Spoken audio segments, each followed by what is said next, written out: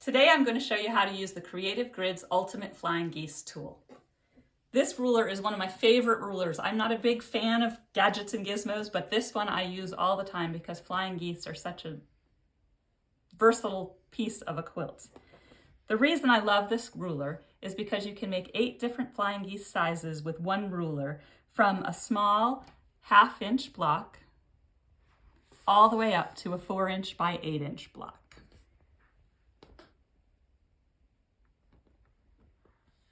For our marvelous mystery this month, we are going to be making the 4.5 by 8.5 inch, 4 by 8 inch finished size, 4.5 by 8.5 cut size blocks that will be similar to this.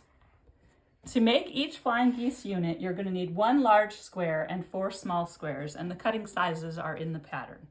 Depending on what size you want your finished flying geese to be, the pattern will tell you what size to cut. The first thing you do is mark all your smaller squares. I use a quick quarter ruler to mark mine. You just lay it right on there and line up the center and use your favorite marking pencil to draw a line on each side of your ruler. That marks your 1/4 inch from the center diagonal perfectly. Then you're going to lay 2 squares on top of your big square. My big square on this one is my background fabric. And you're overlapping them in the center. That's important, they overlap in the center. Then you're going to sew on your marked lines, and this one's already sewn so you can see it. Sew right on your marked lines. Then you're going to cut these 2 right in half on the diagonal. So I'm going from corner to corner, and I'm just going to cut it right in half. And you'll end up with 2 pieces, and you press the seams towards the small squares, the triangles, and you're going to press them open. You'll have 2 pieces that look like that. Press your seams, and then after you press your seams nice and flat, you're going to take a 3rd square and place it right on top. And you're going to sew along those 2 lines and make sure the direction is right. You don't want to be sewing this direction. You want to be sewing towards your points, that direction. Sew on those 2 lines so it looks like this. Then you're going to cut this in half on the center diagonal of your small square, just like this. And you're going to press those seams open like that.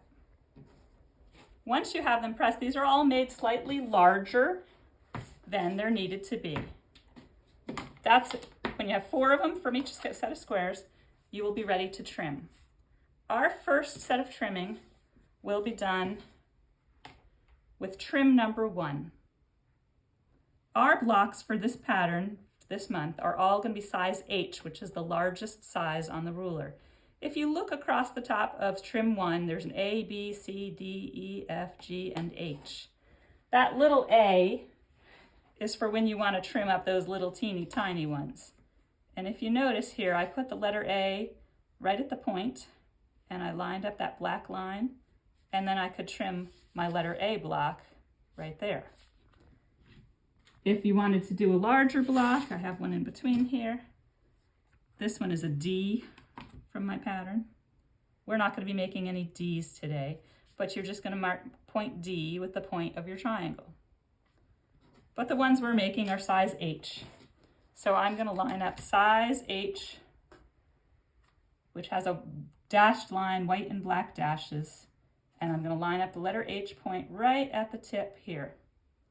Now trim 1, you're going to trim on the right side, and you're going to trim across the top of your block. Then after you finish trim 1, you're going to turn your ruler around, and you'll see trim 2 is marked. And trim 2, just like before, it has an A, B, C, D, E, F, G, and H. And we're going with size H. So I'm going to match my point to the letter H just like that. And you'll notice the dotted line is going to come in the bottom and it's going to line up across here. And I'm going to line up the angle for H with a dashed line, just like that.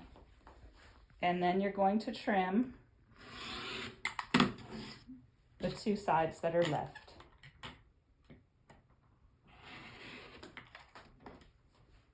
And you will have a perfect flying geese every single time if you use this method. This month in our pattern, we're going to be making 12 using fabric 1 in the background and 6 that use fabric 3 and fabric 1. So make sure you're paying attention to which fabrics you're using, and they're all going to be the same size H on the ruler. And that is how you make flying geese. Thank you.